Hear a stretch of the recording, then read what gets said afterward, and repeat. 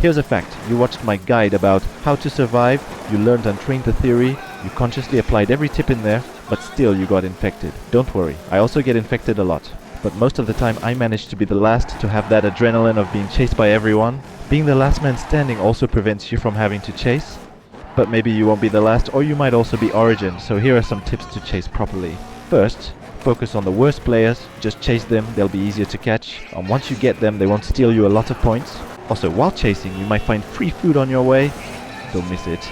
Then you'll have to infect the good players, the ones who don't fail and drive fast enough to not be caught in 1v1. Here are 2 strategies.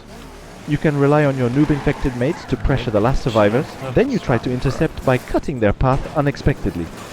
Or you can put the pressure yourself. If you do so, your objective is not to all in at some point. Committing on good players will most of the time end up in being dodged and losing time. Your objective after avoiding your mates is to keep constant pressure.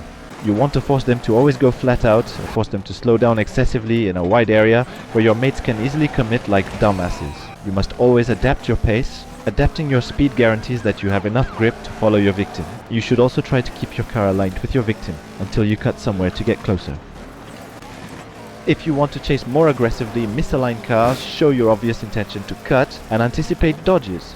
Tricking is not only for survivors. Survivors can trick, but they often adapt their routes depending on the options you give them. So you can influence their choices with your car placement, but your cut must be credible. If you're too far, they won't care about your intentions until you become a real danger.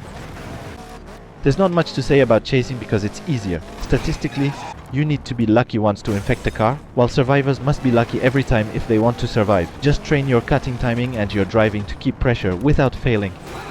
I hope you enjoyed this quick guide. Thanks for watching and see you soon.